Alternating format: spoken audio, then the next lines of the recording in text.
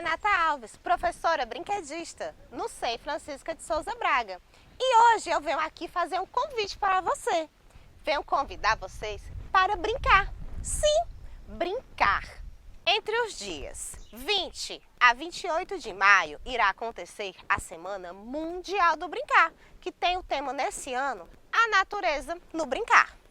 A Aliança pela Infância nos convida a naturalizar.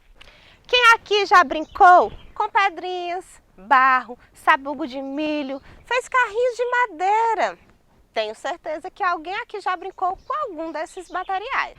Esse brincar naturalizado vem se perdendo com o passar das gerações.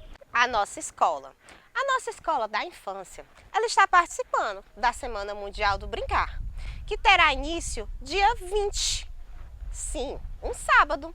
Sendo assim, convidamos vocês, famílias, a participarem desse início da Semana Mundial do Brincar, dia 20 e 21, fazendo um passeio com seus filhos. Pode ser na rua, no quintal, pode ser no roçado, pode ser no parque de exposição da cidade. O importante é que tenha natureza. E nesse passeio vocês vão colher materiais, pedrinhas, gravetos, materiais que a gente possa fazer um brinquedo. Um sabugo que se transforma em um boi, em uma boneca, uma peteca feita de palha de milho.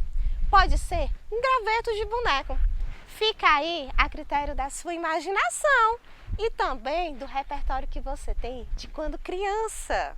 Convido vocês a relembrarem da infância que a gente brincava com pedrinhas, com sabugos, com bruxinhas de pano. Eu brinquei muito. Então, nesse passeio vocês vão fotografar, fazer o brinquedo e vão trazer para a escola na segunda-feira. Assim, nós vamos fazer uma exposição com o que cada criança trouxer e também vamos brincar. Vamos brincar com o brinquedo que produzimos, vamos brincar com o brinquedo do colega. Convido vocês, tá certo? Aguardo todo mundo segunda-feira com o seu brinquedo. A natureza no brincar. Vem brincar com a gente, vem naturalizar.